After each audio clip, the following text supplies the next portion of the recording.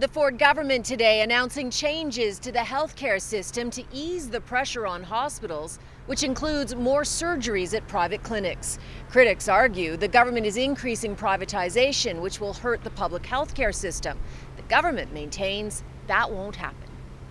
Healthcare will continue to be provided to the people of Ontario through the use of your OHIP card. This is the line in the plan that critics say will lead to further privatization.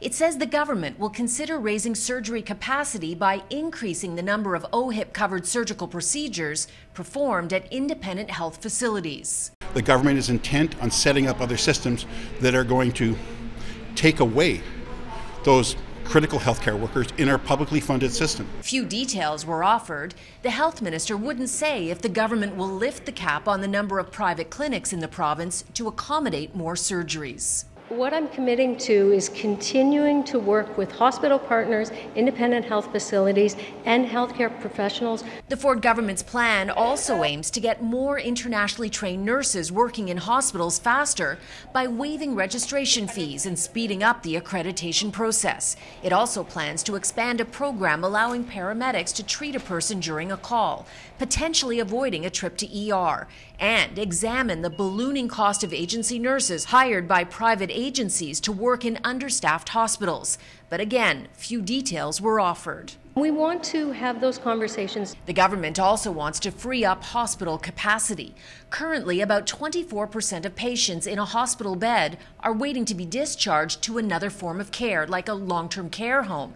It creates a backlog with new patients waiting in hallways for beds.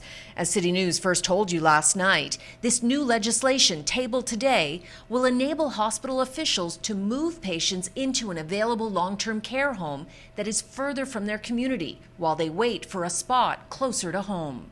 Is the hospital going to force them to leave? How are you going to handle that?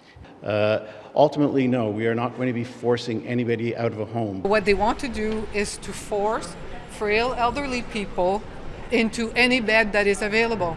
What do you do if you've got an ER that is so clogged because it can't put patients into a bed, and that bed is taken by somebody who needs to be in long-term care, and there's this huge backlog? Like, what do you do? Well, I mean, first of all, more investment at home and community care.